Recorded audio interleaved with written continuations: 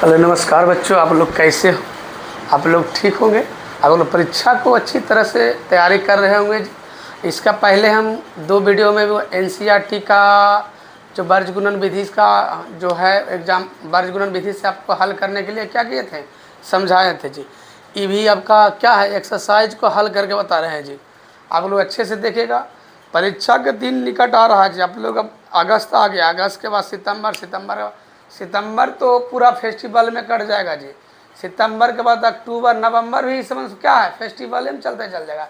यानी अक्टूबर नवंबर फेस्टिवल में कट जाएगा। उसके बाद दिसंबर जनवरी आएगा, आप लोग के माथा के पर दर्द के सर हो जाएगा कि हमसे एक मैथ नहीं बन रहा है, नहीं कोई मतलब साइंस का ऑब्जेक्ट याद है, नहीं कोई हिंदी का सब्जेक्ट याद है, और ना ही कोई संस्कृत याद है, ना ही कोई सोशल साइंस का। लास्ट में रह गया इंग्लिश का। इंग्लिश के तो कोई अधिकांश जो बच्चे हैं, जो मतलब कहने का मतलब 50% से ज़्यादा बच्चे तो इंग्लिश से बुक देखो नहीं करते हैं कि क्या पार्ट उसमें पढ़ने का है, क्या है, किसमें नाउन है, क्या प्रनाउन, क्या करेक्ट द स्पेलिंग वर्ड पूछ रहा है, क्या वॉइस पूछ रहा है, क्या एक्टिव वॉइस, क्या पैसिव वॉइस, कि मतलब क्या बोलता है करेक्ट द स्पेलिंग वर्ड, इस बार पूछ रहे। इसका कोई मालूम नहीं होता है जी, क्योंकि उसको कोई वैल्यू देते हैं, उसमें कोई पासिंग मार्क्स है ही नहीं।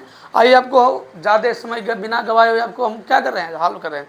सवाल में लिखा हुआ जी, एनसीईआरटी का पहला क्वेश्चन लिखा हुआ जी, देखा लिखा हुआ प्रश्न वाले 3.1 यानी वर्ग गुणन विधि से। पहला में लिखा, पहले पढ़ते थे जी, पहले निम्न रैखिक समीकरण के युग्मों में से किसका अद्वितीय हल है। यानी कि निम्न जो समीकरण है बुक में, यानी कि बोर्ड पर लिखेंगे, किताब वाला एक्सरसाइज वाला, उनमें किसका अद्वितीय हल है। यानी अद्वितीय हल होने का शर्त होता है A1/A2 और नॉट B1/B2। इसी को बोलते एक हल, इसी को बोलते हैं अद्वितीय हल। कहले किसका कोई हल नहीं है, या कोई हल नहीं है, या किसका परिमिति रूप से अनेक हल है अद्वितीय हल है। इस स्थिति में उसे क्या करना, वर्ग करना। यानी कहने का मतलब किताब वाला भाषा में बोल रहा है जी कि अगर जो अद्वितीय हल होगा वही वर्ग गुणन विधि से हल होगा, अन्यथा नहीं होगा। आइए पहले आप चेक करते जी, पहले सब शर्त, तीनों शर्त को चेक करते, उसी पर चलेगा जी। तो हम लिख लेंगे, चले ब्लैक कलम से चेक कर लगा, हल करते हैं। चलिए सबसे पहले लिख लेंगे हल जी, कोई दिक्कत नहीं। पहले लिख लेंगे A1 का मान क्या है जी, 1 है। B1 के मान क्या है जी, -3 है। C1 के मान क्या है जी, -3 है। ऐसा रख जाओ, उधर प्लस की जगह तो होगा, कोई दिक्कत नहीं, -1 प्लस हो जाएगा। A2 का मान क्या है जी, 3 है जी। B2 का मान क्या है जी, -9। C2 का मान क्या है जी, -2 है।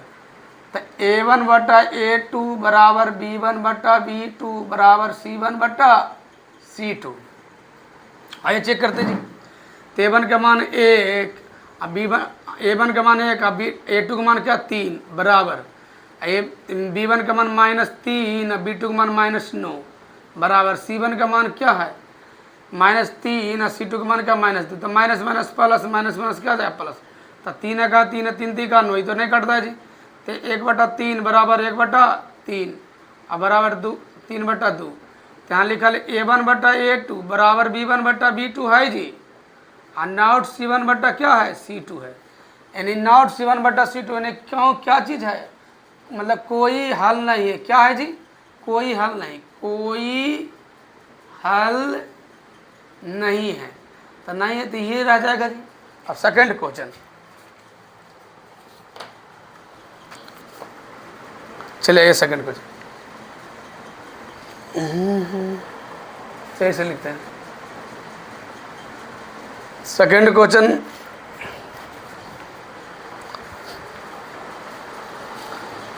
क्वेश्चन, जी आपको है 2x + y बराबर 5, 3x + 2y बराबर कितना है, 8।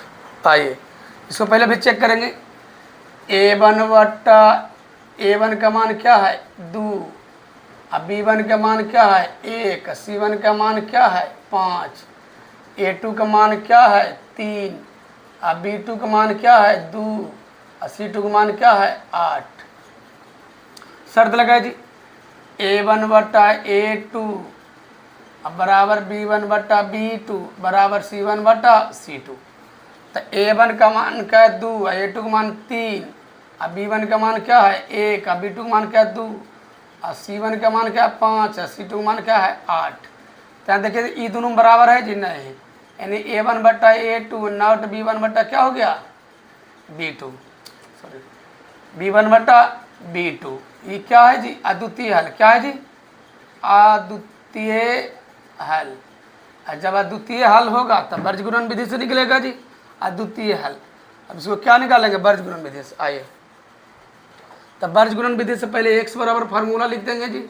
x बराबर होता है यानी a वाला आएगा तो b वाला रहेगा जी, यानी कि B1 और C2 माइनस B2 C1। अब बटा में तो हो जाता है जी A1 और B2 और माइनस A2 और B1।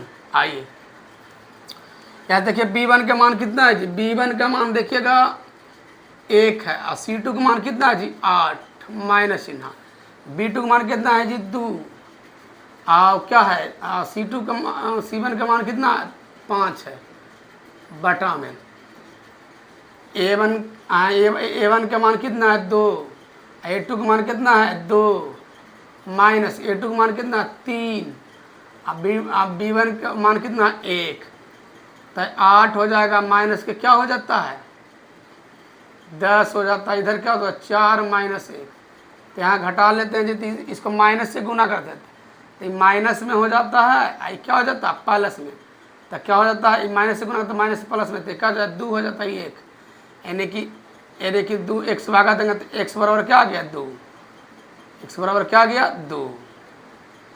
अब y बराबर आइए जी, x का मान क्या आ गया 2, कौन विधि से वर्ज गुणन विधि से। अब y का मान जी, y का मान वाला क्या होता है जी, अब y वाला b वाला आएगा तो b वाला हट जाएगा, तो यहाँ हो जाएगा A1 और C2 minus A2 B C और C1। अब बटा में क्या हो जाएगा A1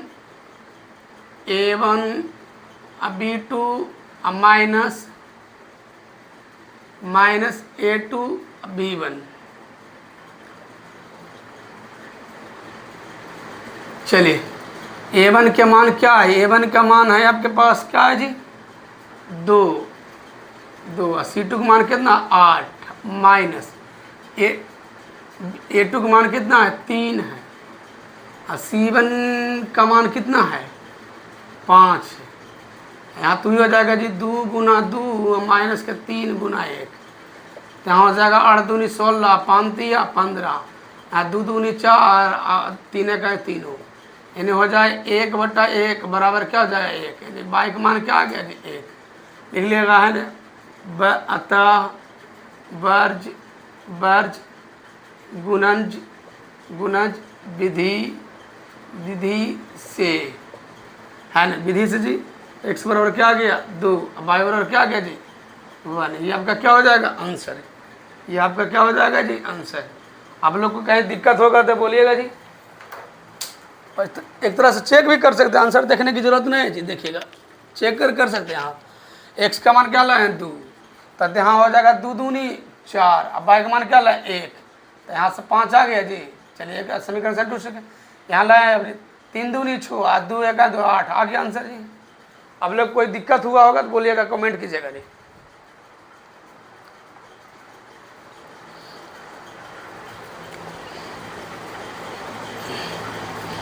आज तक के लिए यहाँ तक रह देते जी।